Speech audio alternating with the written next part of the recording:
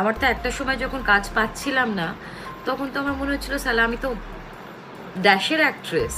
কিছু বছর আগেই মানে 2020 সালে পল্লবী দে, বিদিশা দে মজুমদার এবং মঞ্জুষা নেওগ্রি তাদের সুসাইডের ঘটনাটা পুরো এই বেঙ্গলি ইন্ডাস্ট্রিকে চমকে দিয়েছিল।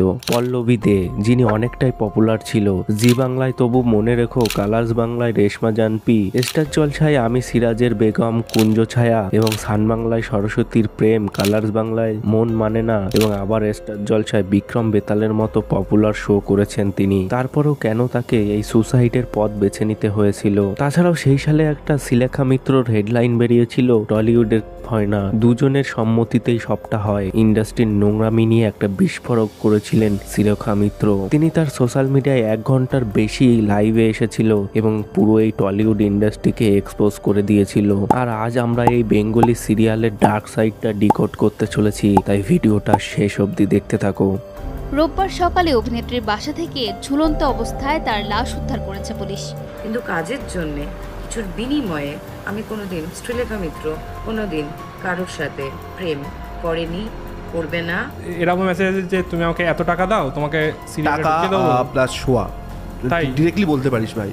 তো এইসব গডফাদার, এজেন্ট বা কাস্টিং কাউচ এইসব হয় সিরিয়ালে আছে, মানে সিরিয়ালে, বাংলা সিরিয়ালে আছে, সিরিয়ালে আছে। সিরিয়ালে বিশেষ করে আমাকে খারাপ লাগে যারা ব্যাকগ্রাউন্ড আর্টিস্ট যারা আসে নতুন ঢোকে, যারা নতুন ঢুকতে চায় তাদের সাথে হয়, বিশেষ করে মেয়েদের সাথে হয়। যাদের সাথে হয় তারা কিন্তু মুখ খোলে না, যারা করে তারা মুখ খুলবে। হয় বলছো? হয়। আচ্ছা, যারা করে তারা যে গাড়ি বাড়ি করে ফেলেছে।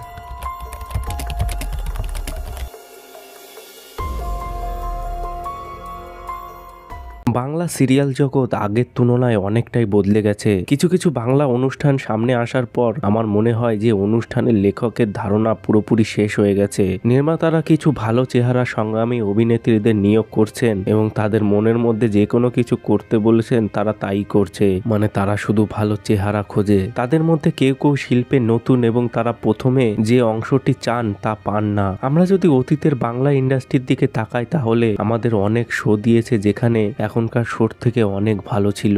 এখন তারা শুধু বিখ্যাত বলিউডের সিনেমা থেকে কিছু অনুলিপি করা নাটকীয় সঙ্গীত যোগ করে, কিন্তু হাস্যকরভাবে তারা সেই নাটকীয় পরিস্থিতিতে উপযুক্ত নয়। এটি বাংলা শো হিসাবে তাদের বাংলা গান ব্যবহার করা উচিত, কারণ শ্রোতারা বাংলা, কিন্তু তারা হিন্দি গানের ব্যবহার করলে এবং ফলস্বরূপ পর্বগুলি আরামপূর্ণ এবং সম্পর্কিত নয়। এবং সিরিয়ালে এমন হাস্যকর লজিকের কিছু সিন থাকে যেগুলো দেখলে তো মানুষ পুরো হেসেই উড়িয়ে দেয়। যেমন কিছুদিন আগে আমি একটা হিন্দি সিরিয়াল দেখেছিলাম যেখানে একটি মেয়ে অজ্ঞান হয়ে সুটকেসের মধ্যে পড়ে যায় এবং সেই সুটকেসটা অটোমেটিক বন্ধ হয়ে যায়, তারপরে তাকে অপহরণ করা হয়। মানে লজিক দেখেছো, যেটা সাধারণ জীবনের সাথে পুরোপুরি ভিত্তিহীন। 2018-তে এই সিরিয়াল জগতের একটা বড় আন্দোলন শুরু হয়েছিল যে আর্টিস্টরা তাদের পরিশ্রমের টাকা পাচ্ছে না, 60 দিন হয়ে যাচ্ছে, 90 দিন হয়ে যাচ্ছে, তাও তারা টাকা পাচ্ছে না। পারিশ্রমিক নিয়ে প্রযোজক এবং শিল্পীদের মধ্যে অনেক দিন ধরেই এই বাংলা সিরিয়ালের শুটিং স্থগিত হয়ে গেছিল। শিল্পীরা ওভার টাইমের দাবি করলেও প্রযোজকরা পরিশোধ করতে আগ্রহী নন, কারণ এটি এখনো পর্যন্ত অনুশীলন হয়নি। অর্থ প্রদানের তারিখ নিয়েও সংঘর্ষ রয়েছে। শিল্পীরা এটিকে পরবর্তী মাসের 15 দিনের মধ্যে সাফ করতে চান, তবে প্রযোজকরা 60 থেকে 90 দিনের মধ্যে অর্থ প্রদান করতে নিয়ম অনুসরণ করতে চান না। কিছুদিন আগেই welfare association of television producer মানে WATP আর্টিস্ট ফোরামের সদস্যদের মধ্যে মন্ত্রী অরূপ বিশ্বাসের উপস্থিতিতে, যিনি পশ্চিমবঙ্গের টেলি একাডেমি চেয়ারপারসন, তিনিও ফলাফল দিতে ব্যর্থ হন। এই প্রথম যখন সমস্ত টেলিভিশন প্রযোজক সমস্যা সমাধানের আগেই শুটিং বন্ধ করতে একজোট হন, মানে তারা শুটিং পুরোপুরিভাবে বন্ধ করে দিয়েছিল তাদের টাকা না পাওয়া অবধি। একটি সাধারণ বাংলা মেগা সিরিয়ালের বাজেট প্রতি পর্ব 2 লক্ষ টাকা। যদি সপ্তাহে 6টি এপিসোড আপলোড হয় তাহলে বছরে প্রায় 112টি পর্ব তৈরি করা হবে, মানে আনুমানিক 6.24 কোটি টাকা বার্ষিক খরচ হয় একটা মেগা সিরিয়াল তৈরি করার জন্য। কিন্তু যখন আর্টিস্টদের কথায় আসে তখন তারা 60 দিন 90 দিন হয়ে যায়, তাও তারা টাকা পায় না। এখনো বলে রাখি, এই কথাগুলো কিন্তু 2020-2018 বলছি। এখন কিন্তু আর্টিস্টরা মোটামুটি ভালোভাবেই টাকা পায়, কারণ এখন আর্টিস্ট ফর্মা বলে একটা জিনিস আছে যার আইনে বলা হয়েছে যে সমস্ত আর্টিস্টকে তাদের প্রাপ্য টাকা দিতেই হবে, নাহলে তারা আইনি পদক্ষেপ নিতে পারে। এর জন্য এখনকার দিনে দাঁড়িয়ে সমস্ত আর্টিস্টরা তাদের প্রাপ্য টাকা পেয়ে যায়। এরকম অনেক ক্ষেত্রে আছে, অনেকে টাকা মেরে দিয়ে চলে গেছে, মানে প্রোডাকশন হাউস বলছি। সেই ক্ষেত্রে আমাদের আর্টিস্ট ফোরাম আছে, আমাদের একটা আর্টিস্ট আছে যেটা টালিগঞ্জে, যেটা টেকনিশিয়ান স্টুডিও, সেখানে আমাদের মিটিং হয়, আর্টিস্ট ফোরাম আছে। সেই ফোরামটা গঠন করা হচ্ছে এই জন্য যে এই যে প্রডিউসাররা অনেক সময় টাকা দেয় না, পেমেন্ট দেয় না, অনেক সময় তো 3 মাস পর পেমেন্ট পায়, এই 3টে মাস আমরা চালাবো কী করে বল? এটা আমার সাথেও হয়েছে।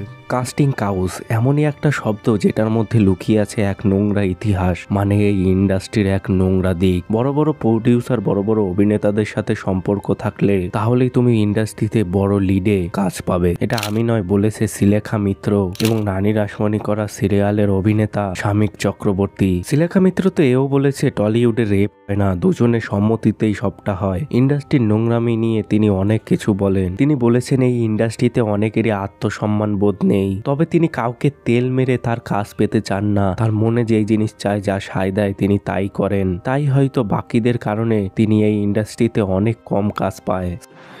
আজ অবধি আমার কোনো হিরো প্রেমিক হয়নি, আজ অবধি আমার কোনো ডিরেক্টর প্রেমিক হয়নি, আজ অবধি আমার কোনো প্রডিউসার প্রেমিক হয়নি। সুতরাং I did not have any godfather, I did not have any hero boyfriend, I did not have a producer boyfriend, neither did I have a director boyfriend. So আমাকে কাজটা দেবে কে? কে আমাকে কাজটা দেবে? এর কোনো গডফাদার নেই। গডফাদারটা খুব ইম্পর্ট্যান্ট একটা বিষয়। গডফাদার হচ্ছে সেই ব্যক্তি, যেই ব্যক্তি সাথে তোমার কোনো রক্তের সম্পর্ক নেই, যেই ব্যক্তি তোমাকে কিছুর বিনিময়ে, সেটা কি বিনিময়ে সেটা গডই জানে, কিছুর বিনিময়ে তোমাকে সেই জায়গাটা করে দেবে, তোমাকে ছবি পাইয়ে দেবে, তোমাকে রেফারেন্স দেবে, তোমার মাথার উপর, মানে তোমাকে বলবে এটা করো, এটা করো না। শ্রীলেখা বলেন টলিউডে কাজ পেতে গেলে একজন নায়ক কিংবা পরিচালকের সাথে প্রেমের সম্পর্ক থাকলে বছরে 2টো করে কাজ বাধা থাকবে। এখানে প্রেমটা বলছি, বাজে শব্দটা বলছি না, এই জন্যই সে কোনো কাজই পেত না। এবং তিনি বুম্বাদার বিরুদ্ধেও অনেক এলিগেশন লাগায় যে তিনি তখনকার যুগের অনেক বড় নায়ক ছিল, তার সাথে দুটি ভিডিও ছিল ঋতুপর্ণা, মানে তখন তারা প্রেমে বদ্ধ ছিল। আর তিনি যেহেতু প্রেমে বদ্ধ ছিল না, তার কারণে তিনি আর কাজ পায়নি এবং তিনি তখন বেঙ্গলি সিরিয়ালে চলে আসে। সবশেষে তিনি ইন্ডাস্ট্রির কাস্টিং কাউস নিয়েও মুখ খোলেন। অভিনেত্রী জানান তিনি যখন ইন্ডাস্ট্রিতে এসেছিলেন সেই সময় এই সমস্যাটাও প্রচুর পরিমাণে ছিল। গোবিন্দার বিপরীতে একটা হিন্দি সিনেমায় অভিনয় করার কথা ছিল তার, পরিচালক তাকে স্ক্রিপ্ট পড়ে শোনানোর জন্য ডেকেছিল। তিনি নিজের ভাইকে নিয়ে গিয়েছিলেন, খাওয়া দাওয়া, গল্প স্বল্প অনেক কিছু হয়েছিল, কিন্তু স্ক্রিপ্ট পড়ে শোনাননি পরিচালক। শ্রীলেখার কথায় দুজন পদক্ষেপ না নিলে তো এগোনো যায় না, তাই কোনোদিন টলিউডের ধর্ষণ হয় না, শুধু একজনের ইচ্ছে বা অ্যাম্বিশনকে একটু উস্কে দেওয়া হয়। তুমি যদি কোনো প্রডিউসার বা বড় মাপের অ্যাক্টরের সাথে প্রেমে বদ্ধ থাকতে পারো তাহলে তোমার কাজের কোনো কমতি হবে না। এই সেম কথাটাই বলেছেন পপুলার সিরিয়াল অ্যাক্টর শামিক চক্রবর্তী। তার মানে ইন্ডাস্ট্রিতে কত বাজে একটা খেলা চলে। এখানে কেউ হয় না, কিন্তু এটা কিন্তু ভুল। কলকাতায় ইন্ডাস্ট্রিতে কোনো কেউ করবে না, তোকে অ্যাপ্রোচ করতে পারে, এবার তোর হাতে তোমাকে পুরো লোভ দিয়ে দেবে যে এত এই স্বপ্ন দেখিয়ে দেবে, কিন্তু তোর হাতে মুখ থেকে বার করা অ্যান্সার কিন্তু ভাই তোর হাতে, মানে তোমাদের হাতে, যারা নতুন আসতে চাইছো তোমাদের হাতে, যে তোমরা কি করতে চাও। কিছু বছর আগেই পল্লবী দে, বিদিশা দে মজুমদার, মঞ্জুষা, সরস্বতী দাস এই 4 জনের মৃত্যুর কথা শুনে পুরো সোশ্যাল মিডিয়া তোলপাড় হয়ে গেছিল। কেন তাদের এরকম পরিস্থিতিতে আসতে হয়েছিল? তারা কিন্তু এই সিরিয়াল জগতের একটা পপুলার মুখ ছিল। কেন তাদের এই পদক্ষেপ নিতে হয়েছিল? এর কারণগুলি অনেকে অনেক কথা বলেছে। যেমন নুসরাত জাহান বলেছে, তরুণ শিল্পীদের মধ্যে একটি নতুন প্রবণতা রয়েছে, উচ্চাকাঙ্ক্ষা, অত্যাধিক বিলাসতা এবং শীর্ষে পৌঁছাতে না পারা মানসিক যন্ত্রণার কারণ হয়ে দাঁড়ায়। কখনো কখনো তারা এই ব্যথা এড়াতে কঠোর পদক্ষেপ নিচ্ছে। এটা সত্যি বেদনাদায়ক, এটা কারোরই করা উচিত নয়। ইন্দ্রিলা হালদারও বলে, যিনি প্রথমে কিন্তু অনেক সিনেমাই করেছে, কিন্তু তারপরে তিনি এই সিরিয়াল জগতে চলে আসে। ইন্দ্রিলা হালদার অনেক পুরস্কার বিজয়ী চলচ্চিত্র সিরিয়ালের একজন ইন্ডাস্ট্রির অভিজ্ঞ লোক। তিনি শ্রীময়ীতে মেন লিডে কাজ করেছেন। বাংলা সিরিয়ালে যেটি অত্যন্ত জনপ্রিয় হিন্দি অনুপমা থেকে নেওয়া হয়েছিল। এর এবং এটি একটি চার্ট লিস্টে চলে এসেছিল তার এই শ্রীময়ী সিরিয়ালটি। যদিও তারও অনেক খারাপ দিন কেটেছে। ইন্দ্রাণী হালদার একসময় বাংলা সিনেমার খুব জনপ্রিয় মুখ ছিল এবং তারপরে হঠাৎ করেই বড় পর্দায় চাকরি হারাতে শুরু করেন তিনি। এটি ছিল ছোট পর্দা যা তাকে চলতে দিয়েছিল এবং তারপরে এটি এক পর্যায়ে থেমেও গিয়েছিল। গোয়েন্দা গিন্নি, শ্রীময়ী, জোর, জয়ের টায়ারগুলি তার সামগ্রিক কর্মজীবনের তুলনায় খুব সম্প্রতি। হালদারের মতে উদীয়মান অভিনেত্রীরা প্রায় তাড়াহুড়োই থাকে এবং ভয়ঙ্কর প্রতিযোগিতা তাদের বিপজ্জনক পথে নিয়ে যাচ্ছে। তার মতে আমরা কঠিন সময় কাটিয়ে উঠতে পারি কারণ আমরা শিল্পের একটি অংশ হিসেবে বড় হয়েছি। ব্যাপারটি হলো এখন সাফল্য পেতে সময় লাগবে। এটি একটি ইনস্টা রিল নয় যে তৎক্ষণাৎভাবে প্রস্তুত করে দেব এবং এটা ভাইরাল হয়ে যাবে এবং ক্লিকে লক্ষ লক্ষ সাবস্ক্রাইবার চলে আসবে।